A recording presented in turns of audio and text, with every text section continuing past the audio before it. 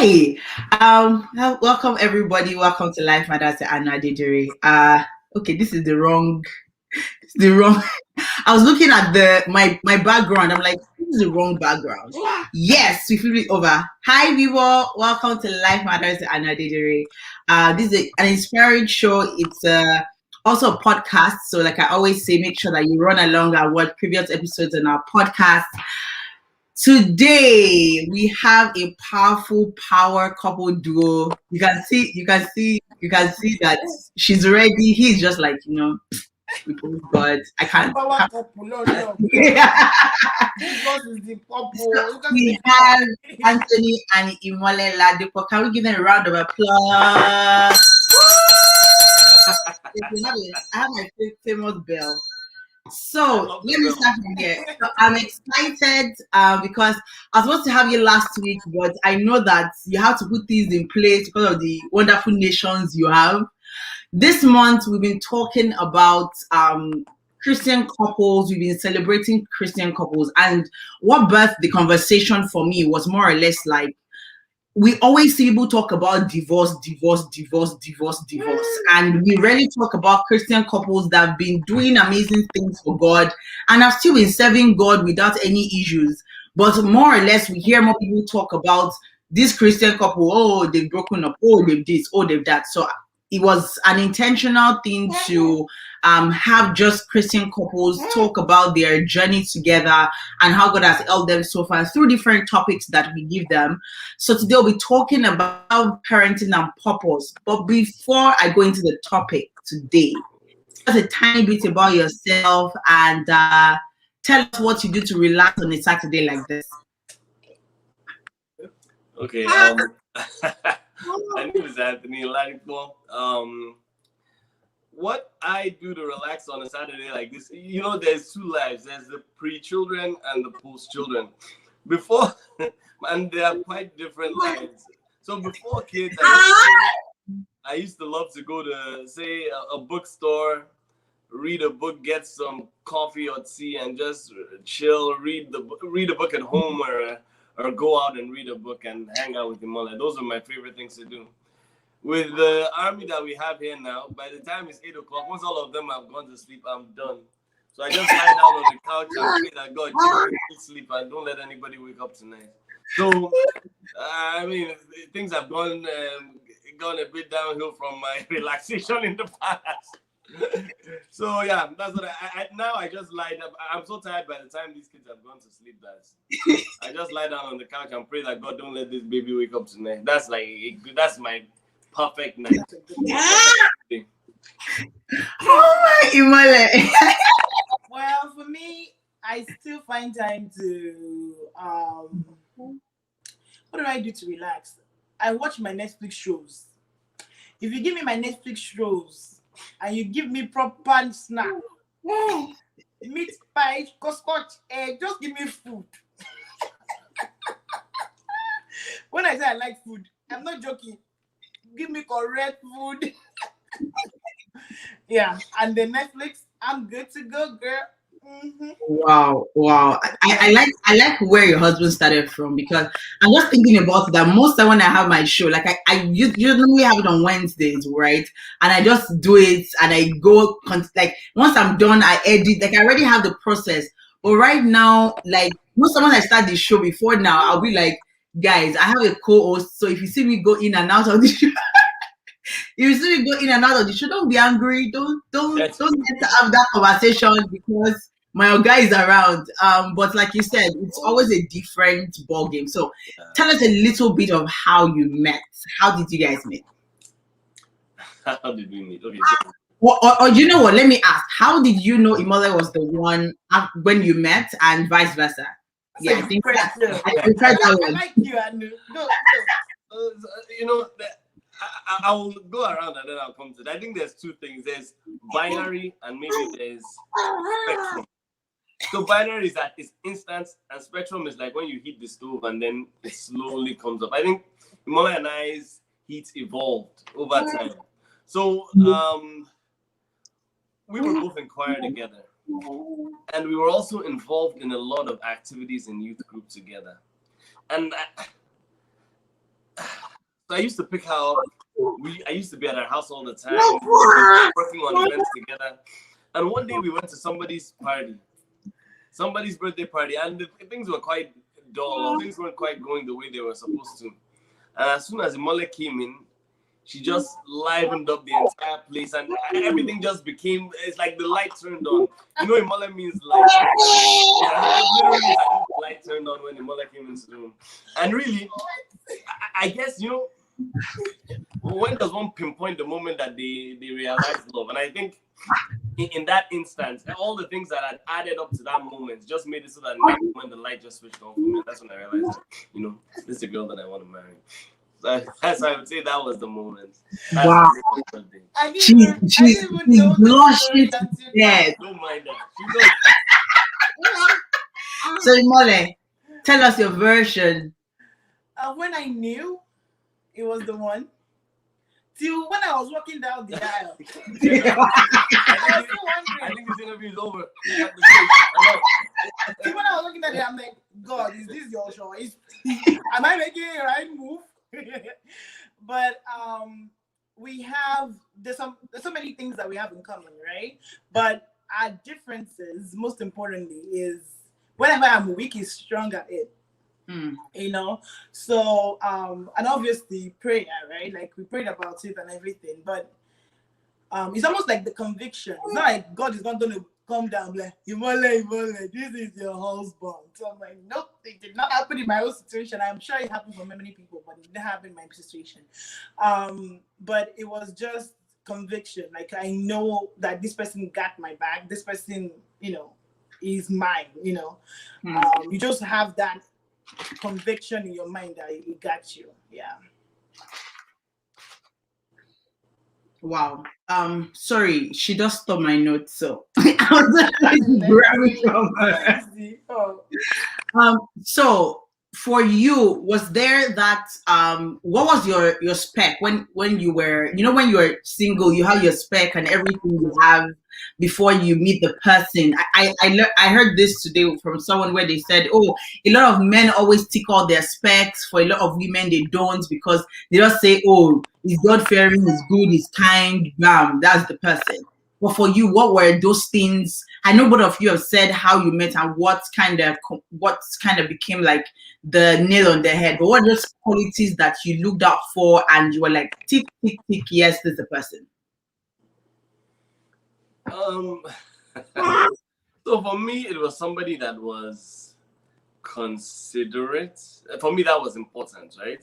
And for somebody that didn't take themselves or life too seriously. I think those two are very big for me. Somebody that's bubbly. And to be honest with you, as odd as it seems to say this, somebody that freely expressed their emotion, for lack of a better word. Not somebody that was so guarded that you have to dig so hard to get to the bottom of it. Somebody that's open with the way they feel and communicates openly.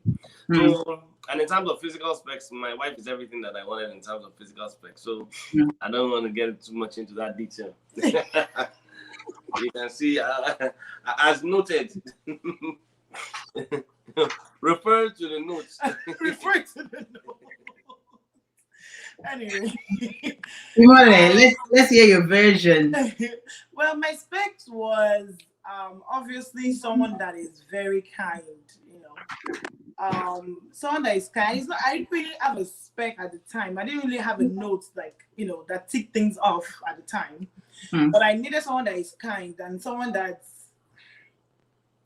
I can able to talk to, you know, someone that I'll be able to call and say, this thing is happening. Even though he doesn't understand it, you listen and say, oh, okay, I got you, you know. I know that I always protect you, right? Not even financially, just protect you, just be there. And obviously, I didn't need someone that is going to be like in our obstruction to, I didn't even know where God was calling us to, or, you know, at the time where we met, but I needed someone that has an open mind to ideas. You know, someone that doesn't have like, and I'm not shading anyone, but people that don't have, that have this mindset of, oh, prophetess, you want wife, you wake up in the morning, you do this, you do that, he has a timetable for you. I just can't fit into it. You know, I can't fit into it. I mean, our love should make me want to do all of those things, you know, should make me want to like do those things naturally, you know. And that's the person I was looking for. I wasn't looking for someone that will be able to like talk about ideas and we're not talking, we're not jiving. Like then the jiving is not flowing. Me, I'm like, I'm out of this picture because it's not working. It's not working. Well, yeah, Wow. that's So, pretty, yeah. so I think I'll start from the latter end of the topic, which I don't know why that topic jumped to me when I was looking at the best topic that will fit both of you together. And like those three topics kind of just make it gel. So I will start from the latter, which is purpose. Now you point out something that your purpose had to align. Like it didn't have to be, oh, let's say you are directing, I am writing, but whatever it is that we did in our separate lives, the purpose still aligned with whatever it is that we wanted to do, which was very key for you. So how did that drive from the first year of marriage to the second year of marriage? How many years have you been married, and how has that purpose driven your marriage, kind of refined that wine of marriage every time you wake up? Yeah, that's a very deep question. I mean, I will say it would be easy for me to say it was by design. Yeah, I think it's God that did it, because when we first got married, I would say we had similar interests, but where we are right now, at that point in time, I couldn't see that we would get to this point in terms of our purpose, right? So it evolved in the sense that we got married, and we were both always active in church, right? So always active in church, whether it's choir, whether it's youth group, or whether it's drama. And I think it all started when I bought Imole a camera for Christmas. Was it for Christmas that I bought it? Yeah. Yeah, I bought Imole a camera for Christmas, and I guess I was just... She and I have always been interested in creative ideas, right? So we would always discuss things that we could do, but we never actually took action on it. And it's funny how a small activity can trigger everything, right? Because when I bought her a camera for Christmas, that I think was the catalyst that really triggered everything. So from there, she started making, what was it? Announcement videos for church. And then from there, we were kind of going back and forth on ideas, and we decided, since we're already making announcements, let's try and make a short video. So we made the short video. And then from the short video, we said, okay, how about we also start making, I guess, more quality videos? And we evolved over time into getting to where we are. But I think it all started with us being interested in the same things at church and being open to communicating with each other about ideas. And those ideas that we spoke about just kind of came together into action, right? Something along those lines. Like you said, it's not something that we thought to ourselves when we were getting married. We've been married for this year will be 7 years. Yay! On the first year of our marriage, I think it was the first year of our marriage. We got married in September, and in December 26th, I was always been saying I wanted to do videos in church, because we still share these pamphlets in church, and people don't read it. People just don't read it, right? So I was kind of discouraged in terms of that aspect of things, and I wanted to do something back for church. Like I want people to be able to see the announcement, and obviously we've seen many videos of other churches doing those things, right? So we thought to ourselves that videos on his screen. What is the issue? You know, so that's something that was on my mind, right? Like I wanted to do that, and I've been saying it over and over and over again. So I think it came to that December time, and I think Tony went for Boxing Day sales, and then he just brought this camera home. And I'm like, wait, what is God saying? You know, it's almost like, you know, when you have been saying this is what I want to do, this is what I want to do, and God is like, okay, take. What are you going to do now? Are you going to be finding excuses? Because we find a lot of excuses most times, right? Like, oh, I can't do it because my phone quality is low. I can't do it because my phone. And then he bought the camera, and then he gave it to me. He was like, take. And I was like, this responsibility is plenty. Do you understand? And that was it. That was the birth of it. and we started shooting video announcements and everything. We started making it into more quality. We started buying more cameras. We started thinking to ourselves, oh, we can make this into a film. We can make a film. Everybody will come and watch, So we started making films and all of that. We started making short films. We're still making short films. It's not like we've outgrown short films. Short films I love short films. And then now we are doing more quality content. So that's pretty much it. It's step by step, right? Like the moment you know better, you do better, right? Pretty much, yeah. That's how we came about. So last month, was it last month or January? January, we talked about purpose on the show, and one of the things that I think my last guest talked about when it comes to purpose and as pertains men is a lot of men shy away from the fact that they actually can maximize and actualize their purpose, but they're always scared when it comes to this financial, that. As a man, what would you say to a guy out there who's just starting life and hasn't even gotten a beer? Because a lot of guys will say, "Oh, marriage can no, I've never found the money. I've not." People have those tips and tricks in their head, like, "Oh, I've not gotten the money yet. Oh, I've not. I don't even know why God has created me," and stuff like that. And for you, what were the things that made you kind of stand firm in your purpose before even meeting Imole? I think that's a good question. I think for me, the most important thing is this, and it was later on, I wish I had learned it earlier. The biggest thing I found is, like you alluded to, you can always find justification for why you shouldn't do something. And I think very often you start from the position of, well, how am I going to do it? How am I going to do it? And you almost question yourself out of doing anything. And I think just reframing that question makes a difference. If you ask yourself, well, forget the how, but if I were going to do it, just say, just even doing a thought experiment, this is what has worked for me. If I say, but if I were going to do it, forget any limitations. If I were going to do it, what steps would I take? And then you start going, and just, I guess, changing the way you're framing the problem, you know what I mean, is what brings forth the solution. Say, okay, if I were going to do it, what would I do? And you kind of just, what I would do is I would then list down, okay, if I were hypothetically going to do it, this is what I would do. And when you do that, what you realize is that, fine, I can't do everything on this list, but there are a lot of things that I could actually do. You know what I mean? And then I just start thinking, okay, so there's a guy that says, do what you can with what you have, because what you have is plenty, right? Do what you can, like, and I think we get so, I think with fear and laziness make us talk ourselves out of a lot of things that we can do. You know, because because I think because you're afraid, you just say, okay, well, because I can't do this and I can't do this, and then you have justification for why you're not doing anything, right? Because the moment I can justify that, okay, because I don't have money, I can't do it, then there's no need for me to look in the mirror and feel bad, because I'll say, okay, well, but it's the money. But being honest with yourself and saying, okay, if I were going to do it, how would I do it? And putting it down, it makes you realize, okay, there's a lot you can do, and now you don't have any excuse, because you've seen, okay, there are 3 things on this list that I can do, right?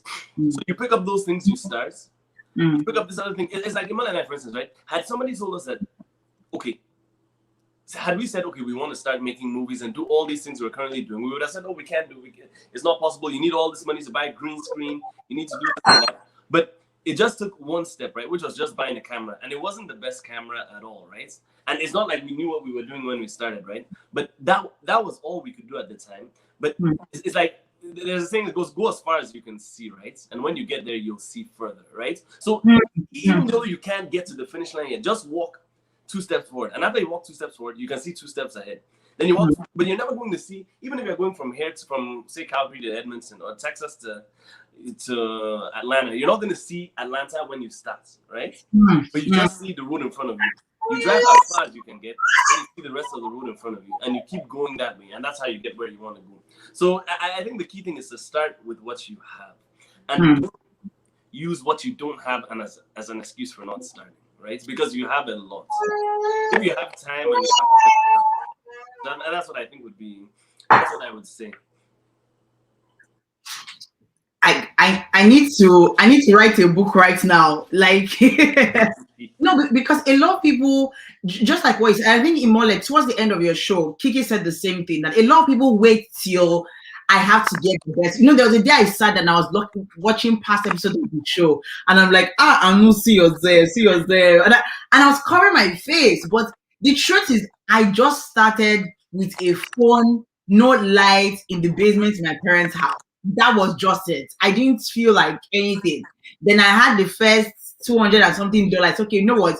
I'm going to buy a mic. I'm going to buy this. Then after that, I'm like, okay, you know what? I like when I see people's background. They have like this kind of creative background for themselves. Okay, we got the first shelf, but that didn't start in 2017.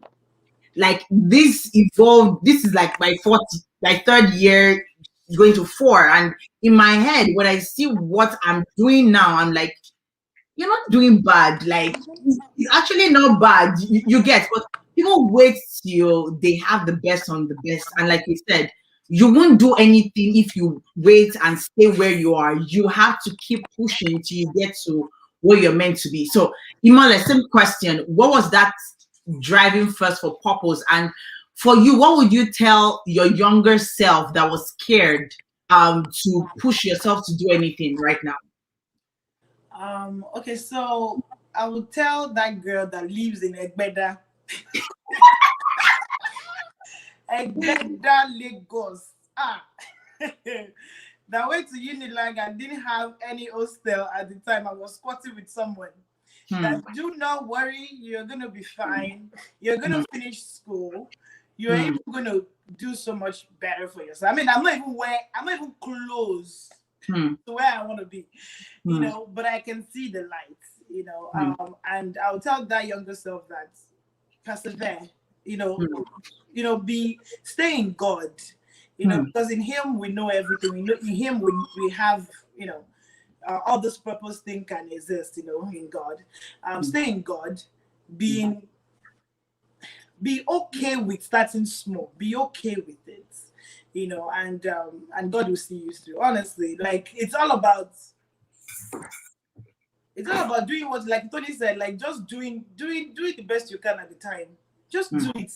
Just do it fearlessly, do it scaredly, if that's the word. Do it anyhow. Just do it. You know, there's so many. I mean, if you go back to my YouTube channel, I even have to block some of the films there that I did before, honestly, because I knew that it was not even up to the. I'm watching it and I'm like, we did this. Yeah. Who is this? Honestly, and I look at it now and I'm like, we actually won an award. And I was telling my husband recently, I'm like, even the film that we used to make the award, I'm like, I'm even shy to even put the film out, Steph. And he's like, it's such an amazing story. What are you talking about? Because last year when I made it, and now I'm feeling like it's not even the same person. You know what I mean? So you just have to do what you can do at the time that you can do it, and you have to do it. Just do it. Who cares? At the end of the day, it's only you and your friends that will watch it. So it's okay. You know. And you know one thing you shared today, which caught my attention was don't just do it and say, "Oh, I've started." Grow in that thing you're doing. And I think that's what a lot of people forget. So I wanted you to touch on that also, because a lot of people say, "Oh, even let's say we should do it, or we should do it now, started it," but they're just there. 2 years goes, 3 years go, 5 years goes, they're still there. But you told me to start it. So what's that place of growth? What are the things that you had to utilize that your movies don't look like what they used to be, but they're now like bigger and better? Yeah, for me, I would say it's like I'll use an example of when we started doing announcement in church, right? That really, like, being in the vineyard and being useful in service, I think is one of the best gifts ever. You know, like, because in there you can grow with somebody else's funds, you can grow with somebody else's no, seriously, I think people they don't capitalize on that thing enough. They always see it as if, oh, they're asking me to do this. Me, I'm not doing. But I find it as an opportunity to learn. I was eager to learn. You know what I mean? When we started the announcement, I remember the first announcement that we did. I did the announcement like me, I'm tired. My other person is kind of. So we did two. I did two of myself because there's nobody else to help me. Like everybody was like, announcement, what's that? It's like almost trying to twin people's mind that there's announcement video somewhere, right? And many people will never understand. They will not understand your why, and it's okay. Your why is not for them; it's for you. You know what I mean? Your why is totally for you. So when I started with what Anthony was saying. Tony bought me this camera, right? And we didn't have sound. You even try. We bought sound. I didn't have sound. I didn't have anything. I just put the camera, mom, on the tripod, record, you know. And I didn't. Unfortunately, I didn't know how to edit as well. Right? I had to. What's going on? Final cut me. This one is doing it. I have to learn, right? Because now I have the raw products. I'm like, okay, what else do I need? You know, and then now I need to go to other people's videos, church videos. I say, what are they doing that is making their video look good like this? You know, obviously you're not trying to copy what they do, but you're trying to learn from them, right? Like, you know, I was asking you recently that what do you use? Oh, please come and help my life because me, I don't know.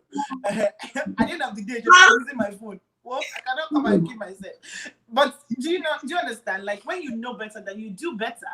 You know, because when somebody tell you that, oh, this is the kind of sound that will make the people's voice sound like this, then you buy it. Then you be like, maybe it's church money you used to buy it, or maybe it's your own money. You buy it. And then when I started seeing that you can change the background of the video, I was like, how do I do that? I'm always inquisitive. I'm like, how do I do that? You know, and I'm always a shot-driven person. Like when I say shot, I mean like camera shots. I love camera shots a lot. Like I'm always like, can we take it from the sky? Can we jump down? It's him that will be taking me down there. But I come down. Don't come on and kill yourself. It's okay. You know, so I'm always like very like, what can we do better, right? And then I bought green screen for church. I was like, let's buy a green screen so we can change the background because we never know. It's like what you have right now. We can put things on it, you know, and it make it look. I don't know what I was doing. Do I know? I don't know. Many cameras that I bought at the time, I sold it safe because I didn't even need it after all. I didn't even need it again after a while. But you just have to do it. You have to start looking at people that are already doing what you're doing. And you start growing gradually. And see, it's like someone like Kiki now. I've seen our video, I've seen our YouTube channel. I'm like, I love the way the color is just we can do it. Do you understand? Now I'm learning. You know, it's like you right now, you're giving ideas of, the mic, this is like the kind of mics that you can buy to make it. I'm not there yet, but I will buy it. Do you understand? But it's one of those things that can help, right? Like you have people that are already doing what you're doing and look at what they're doing. Ask them questions. Many people respond, right? Many people respond to your questions. You know, ask them questions, let them do it. That's what I was saying. Thank you very much. So Canon has this 59 minutes thing where it shuts off after 29 minutes. So yeah, DSLR. So let's talk about parenting for 1 minute. I don't want to repeat what you said on purpose because for me, going into videography, like in whatever stage I do it, like bulk of how I also took it very serious was when I joined my husband's church, and it was more or less like they didn't have any. They've been talking about e-news for the last 3 months, and nobody did it. Right? Nobody did the e-news, and we're like, you know what? Let's try and see what it will look like, right? So I started with iMovie. From iMovie, okay, this is not bad. I used iMovie for about 2 months. I didn't really like it. So I said, you know what, I'm going to start with this Final Cut Pro. And I was taking different classes online, looking at different videos on YouTube, 2-hour videos, 3-hour videos. So the guy says something, I go to Final Cut, I look for that thing, I do it. Right. And that was how I started editing bulk of the videos that we did. And a lot of times when I ask people like, okay, you know what, you just have a computer, you can use the same login details, or church can even have the same login details, so that anybody can have access to it. People are like, I don't have time, or I don't have this.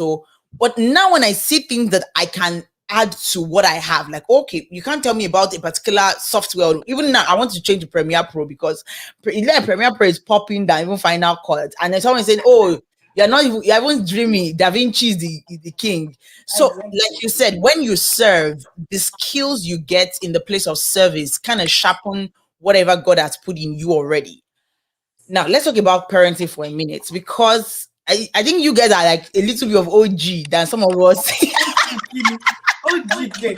Hey, the one. So let me start from Anthony. What was it like being a dad? Like, what was that process like being a dad for the first time? Being a dad for the first time. I mean, that question is so open. I could come from so many angles. It is a great experience having kids. let me start off by saying that I think it reveals what it's done for me is it's revealed a lot more of myself to me than anything else. So in raising them, I've also learned a lot about myself. Like I always tell my wife, when we got married, things changed a little bit, but when we had kids, things changed a lot, a lot.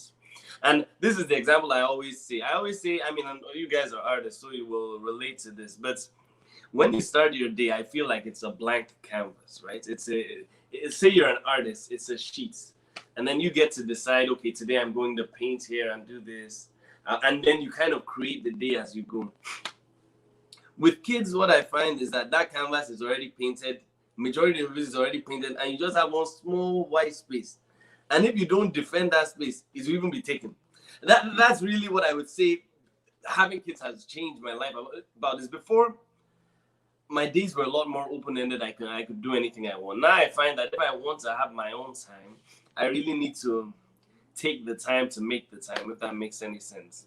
I also find, with regards to our relationship, without kids, I think you have the luxury of just letting things flow, and inevitably you will find yourself, right? I mean, the day is open-ended, so we'll always find time to connect sometime because you have like I said, it's a blank canvas, so you can find the time to put for you and your wife. But now I find you can't live by default. You have to live by design, if that makes any sense. You have to be a lot more deliberate in saying, okay, at this time we're going to hang out. At this time, if we're having an argument or something, then we need to discuss it, because if we're not careful, the kids will just suck all the time, and then we won't have the time for ourselves as individuals and as a couple, right? So I think on the positive end of it, it's been fun watching them grow. It's also taught me a lot about how I respond to situations, because I'm sure you're aware, the African way, or the way that we feel it should be, say, for instance, a child is screaming, just say, shut up, right? You slap them. But what I've realized is that is actually the more convenient, and it's easier to do that. The harder thing to do is say, okay, I'm going to, even if we are going to smack the child, right? You can't come from a place of, say, anger or just reacting. You know what I mean? It has to come from a place of purpose, where I say, okay, the reason why I'm doing this is because I want you to understand that it's not something that should be done, right? But developing that self-control has been a challenge on itself, because naturally, instinctively, sometimes they're just frustrated and you just want to lash out, right? But that's what kids is really teaching me is, okay, calm down. Even if this child has scattered the whole room, just be calm, relax, and then you just say, okay, this is, and even if you're going to smack them, but coming from a place of purpose and not just you're living your life by default and you're just doing, anytime the child frustrates you, just slap them, just start shouting, because I mean, they are then making you behave like a child as well, right? So the children are actually making me more of an adult than before I had kids, if that makes any sense. So yeah, that's what I would say. Obviously, it's a lot of fun raising them, but it takes a lot of time, yeah? So what you're not telling you as guys. So your first set of kids were twins. Yes, they were twins. So like some of us are still trying to get extra strength for one. Two, how was it? Okay, so do you want to take it? Go. Go straight. Having twins as a firstborn, because we didn't have one, we didn't know how one feels like. So this was our own one. You know, like, I mean, it's like boom. This was our own one. The blow was blow you hard. it just scatter you. But this was our own big one, right? We had them, but they were in NICU, right? For a little bit before they came home.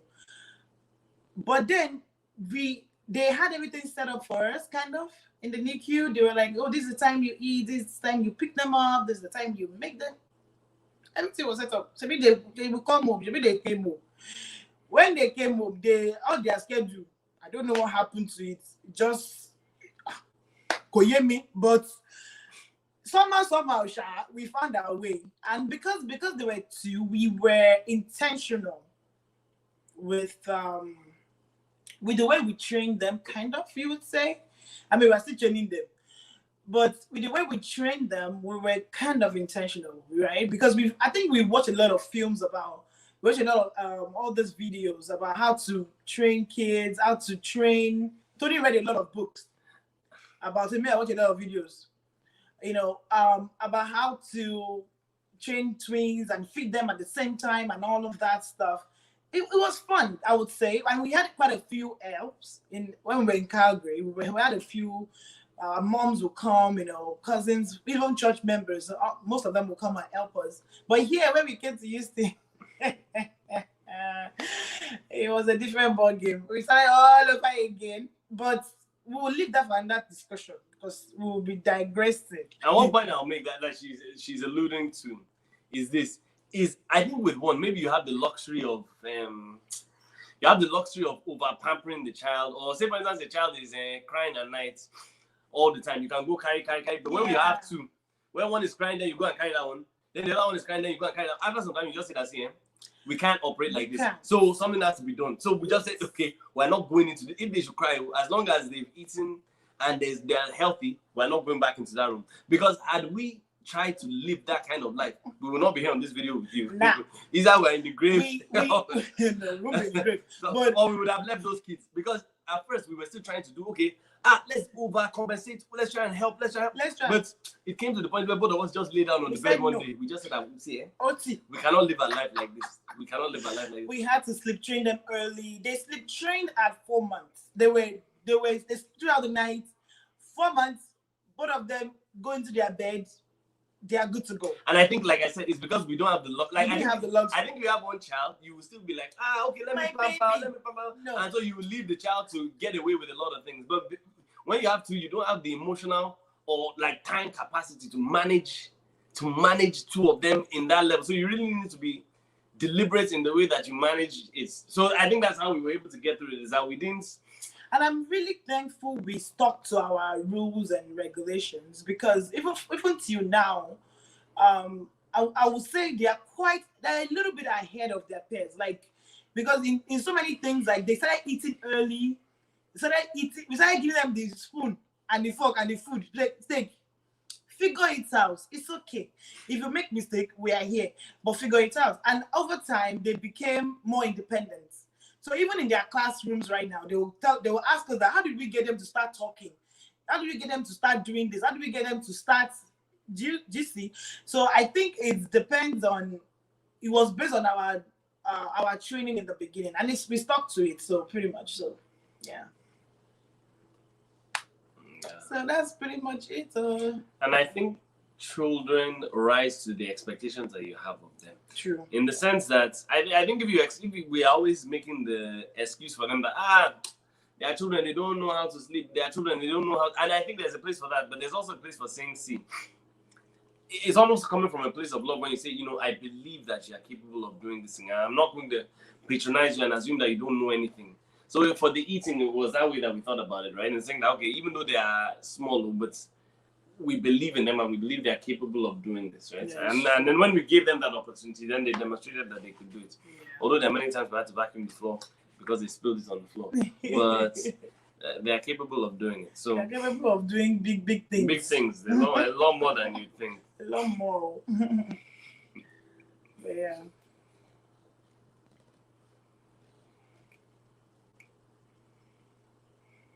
Okay, yeah.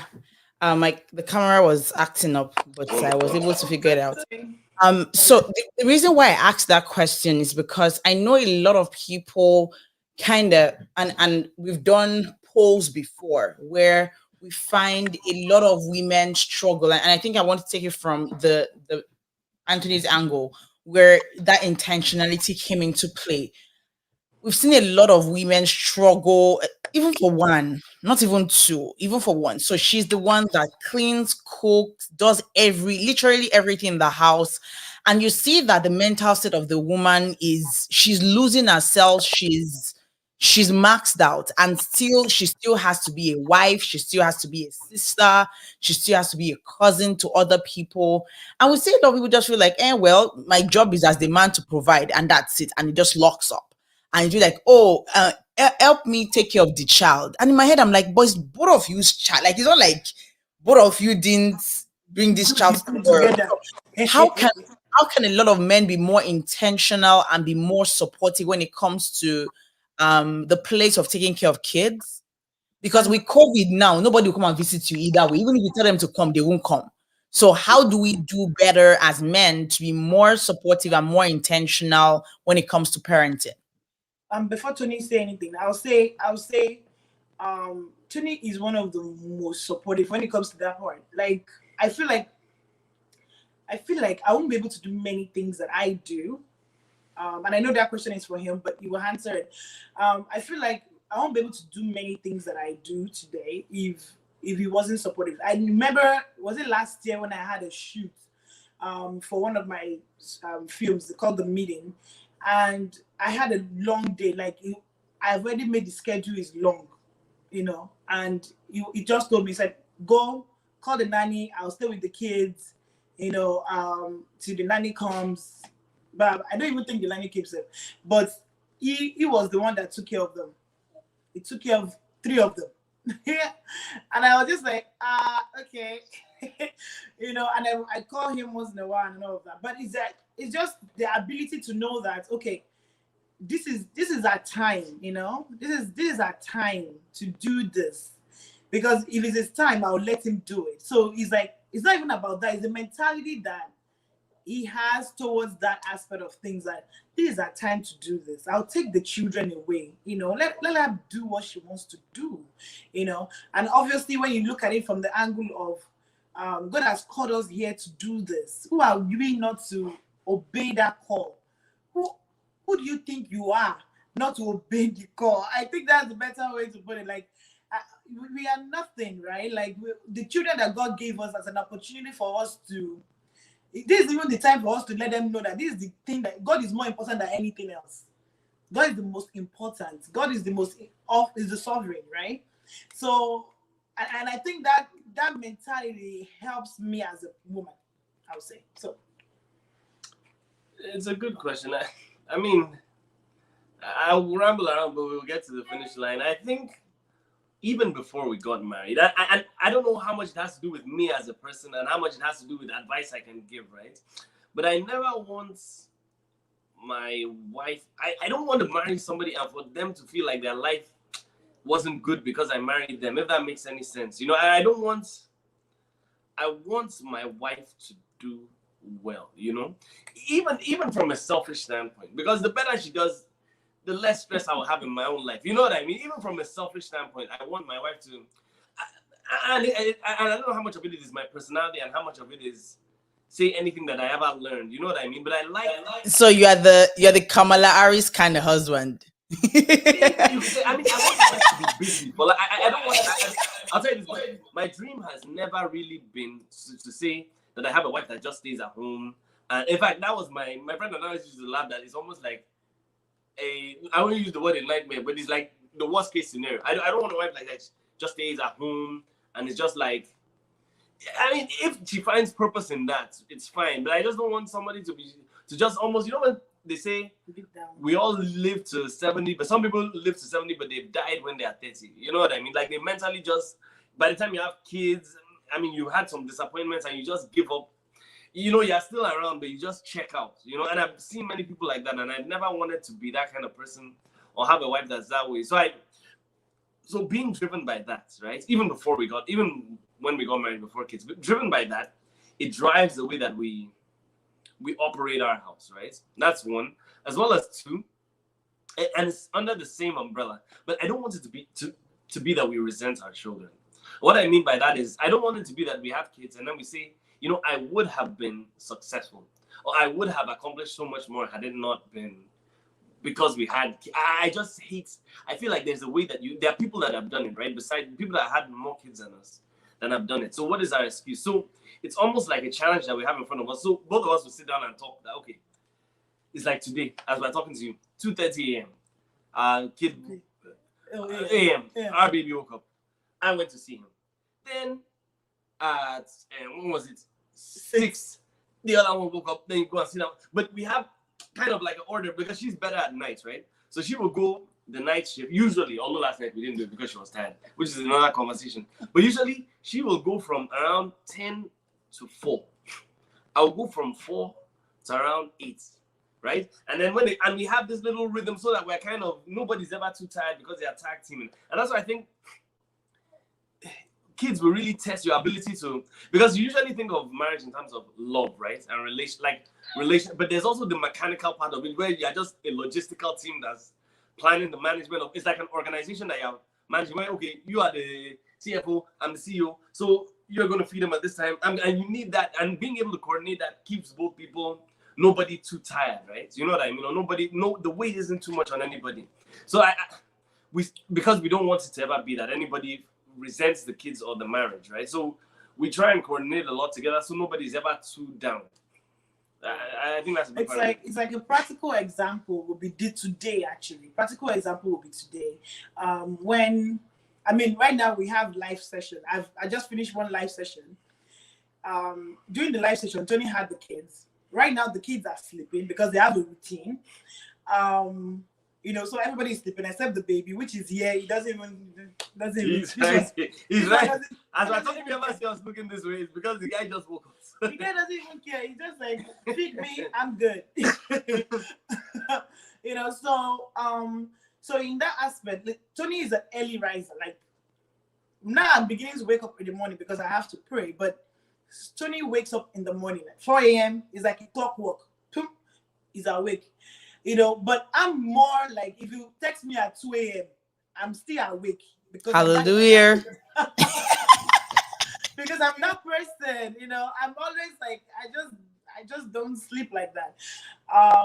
And then Tony does it like the twins don't even prefer me but when they see me in the morning, they're like, Kilo Day, what's going on? Where is our daddy? What are you doing here? Do you understand? Like they prefer their dad. They will actually ask me, where is daddy? Where? So Imole, since you have the floor, I would want you to talk about not losing yourself, because I know a lot of people, and I know people that after they give birth, that guilt of not wanting to be too workaholic, not missing those moments with your kids, that guilty part of it that, okay, I still feel like I want to go back to work, but I need to, like, not that guilt of not wanting to feel like they're not, how do we put it? But Mr.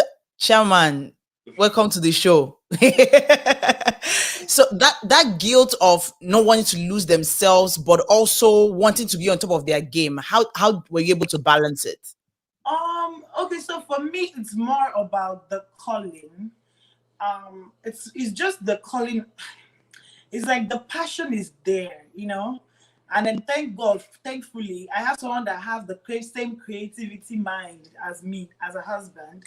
So it just, if I'm giving the idea, I'm telling him the idea, he's already picking it up. We are both talking about it. We've already started like jiving. The jive is already going on. So it's easier for him to even to tell me that, so when are we going to shoot it? And I'm like, tomorrow, next week. Because he's more like, okay, you've talked. Are you doing? And then with that being said, I just set up a time. And I'm like, you know what? I'm setting it up. We'll figure it out when we get there. And I think that's the key thing, is that I think for her and for myself, the philosophy we say is, we're going to say what we're going to do. We're going to say, and then everything else is going to work its way into it. But and it's the same thing that I said earlier. I don't think you should start from the position of your constraints. Yeah. You shouldn't start from why you can't do it, right? And I think that's the thing. A lot of people say, oh, well, I'm going to miss this with the kid. And I think you're better off saying, okay, this is what we're going to do, and we're going to do it. So how are we going to make everything else work? So I think it's just a matter of changing your mind from focusing so much on why you can't and saying why you're going to, regardless of what happens. And I find when you come from that, it's like, I don't know if you ever heard about the 1 minute mile or whatever. There's this guy, Roger Bannister, and nobody had ever run a mile under, I think it's 4 minutes of, I don't remember the details. But once one person was able to do it and people could see that it could be done, then it opened up everybody else's eyes and they realized that it could be done. It's the same thing. I think in our minds, sometimes it's self-imposed constraints is what it is, right? Nobody has even put the barrier wall there for you, but you create this wall like, oh, well, because we have the kids, we can't do this. Because we have the kids, we can't do that. And I always think myself, that it's like Obama and Michelle, right? The guy became president and he had 2 kids, right? There's so many people that have done amazing things with a lot more constraints than we have. So what excuse do we have? And when I come from that position, you see, she and I just say, this is what we're going to do, right? And then it's like going on a trip. You just book the trip. And after you book the trip, you see that everything will work its way out so that you can go there. Because the truth is this, if there were an emergency and say they called you in to work, right? You will go. You'll find a way to go. But when it's now your own personal dream. You will not be putting consideration, I cannot go. So you need to give yourself the same, you know what I mean? The same respect and give your own dreams and passions the same honor that you give to other people. When work calls you or when church calls you, you'll be running. We'll bring a baby. You even leave your husband. You leave the children. You leave the children, right? The pastor called you. Yeah, and that's the truth. Like it's the same. I mean, God now has called you.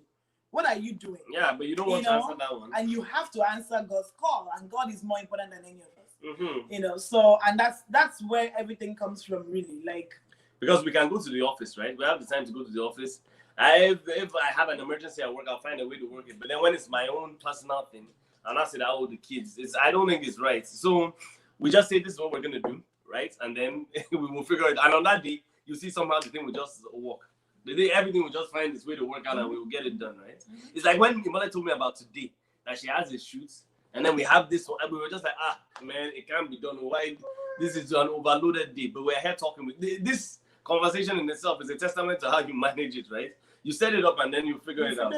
That's the way. Well, I think, like you said, just start it and work towards it. I think, like you said, a lot of things die in the mind, and they never. There are times where it's just like the pregnancy journey for every woman. How would you know that a woman can stretch to carry 2 beans in her tummy and bring it out and start like almost on the clock, start breastfeeding, start doing this, start doing that? I think a lot of women need to see themselves as the powerful agent. Like my pastor changed my mindset about pregnancy, and he said, see yourself as a co-creator with God. And for me, it made me change my mindset of whatever I need to do, I just have to do it. When I can't, I take that step back. I look at the reasons why I can't do it, not because I cannot, but because at that point it's not convenient. So there is that. Remove the I cannot. So remove the guilt of, oh, my baby will be walking. You see another baby that will walk, and my baby will be, because I personally have thought about that. Oh, okay, my maternity are not finished, but I really feel like I want to go back to work. I really feel I want to do this. And I'll just be telling myself, just do it. Like there's nothing, you don't know that maybe that day, it's that one day you take off from work, that baby will actually start walking, and you will be like, oh, and I'm staying at home. So like you said, just do it. Kill that fear in the mind and tell yourself that, you know what, even if I, in quote, fail at it, I will take the experiences and the lessons and kind of jump and to just buttress the point, like these children, they are God's gift to us, right? And thankfully they will grow and surpass us in everything that we are doing and all of that. Like, can you imagine someone like Mount Zion, for instance, if they had stopped and said, that may be 18 or be 16 before I start, like Mount Zion will not even be where it is right now. But through them, their children could be able to even pick it up and surpass it. And they blew it off, honestly. Like Dami has been writing since when I was in OBMS. They had them. Yeah. Mm-hmm. So, and the same thing, these children are going to grow, hopefully surpass whatever it is that we are doing, and hopefully prayerfully, and I pray it would come so prayerfully, like and they're going to leave our house. You don't want to be sitting down by 50 and be watching yourself that, I should have done this thing that I wanted to do. No, that's the story of the parable of one talent. You know, he went down, he buried the talent. I don't know his marital status. I don't know how busy he was. I don't know how he thought to himself that, this one talent that God has given me, I don't have time. Let me go and bury it. No, God not say, tell me excuses. Give me the excuse, because I know you have a lot. Give me the excuses that you have that you couldn't. Because obviously people have excuses. Like if you find it, if you look for it, you find it. That's the truth. You know, so but the parable of the talents, like I was saying, like the one that have five was saying He maximized his 5. do you know how many things he has? Do you know how many children he will have? Do you know how many children he has? And he was still able to do all of that. And I don't know their marital status, but I'm just thinking, want me to carry? Chairman, don't worry. We're just 3 minutes to the end. Don't worry. We got you. We got you. So we're gonna round up the show now. Just we have just 4 minutes to the end. But I always want all my guests to give us final thoughts, final words. Now, from your end, I want you to give a final word to someone that she is a sister, a mother, a friend, a cousin, a daughter, and still wants to fulfill and maximize her purpose. What will be your final words to her? What I would say is this, from the word of God, really. Remember the story, the parable of when Jesus was feeding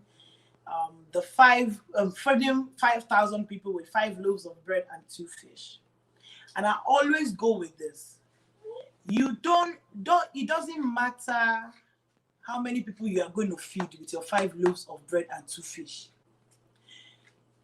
Give your 5 loaves of bread and 2 fish. That's all you have. Let God do the rest by blessing it to feed however people you want to feed. It is not your business for how many people God wants to bless. Even if it be one person that will eat the 5 loaves of bread and 2 fish there. Because, it's not none of your business what God will do with what you have. All what you have to do is present what you have to God and let Him do the blessing. It ain't concern you. And do not bury your talents. Don't bury your talent. Your talent could be, you are the best person that can weave a hair. You may not even be the best person. It may just be a passion that you have within yourself. But do not let the blessing or the call of God be truncated in your life because of your current status. And to the singles people out there, obviously, look for somebody that can help you push your dream. Look for somebody, open your eyes, pray and watch, and that's the advice really that I have. Your talent is not for you, it's for God.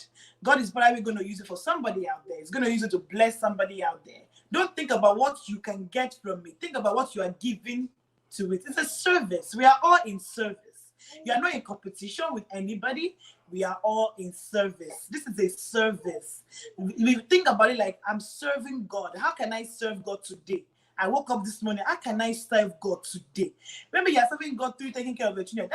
Maybe that's what God is telling you. Please do it and feel fulfilled in it and rest in that peace that this is it. Many times we don't have to do. Many times it's just us being.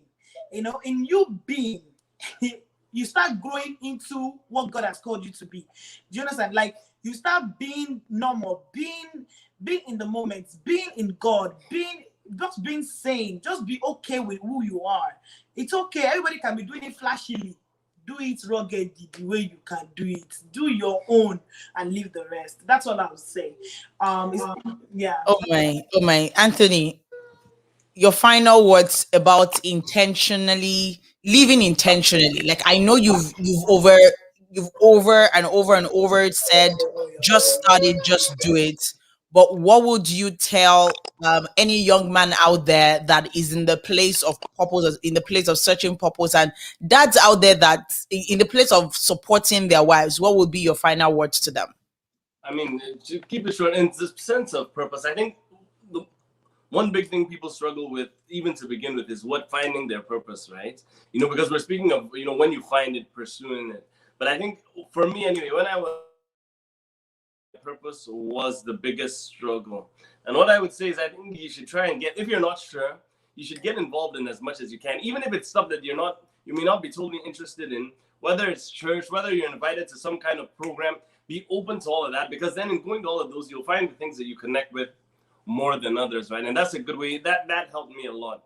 With regards to, and again, and we've repeated it many times, but once you find it, then living your life by design and not by default. Because if you leave things just to themselves, then whatever results you get is the results you get. So you really need, and obviously there's a time for just relaxing.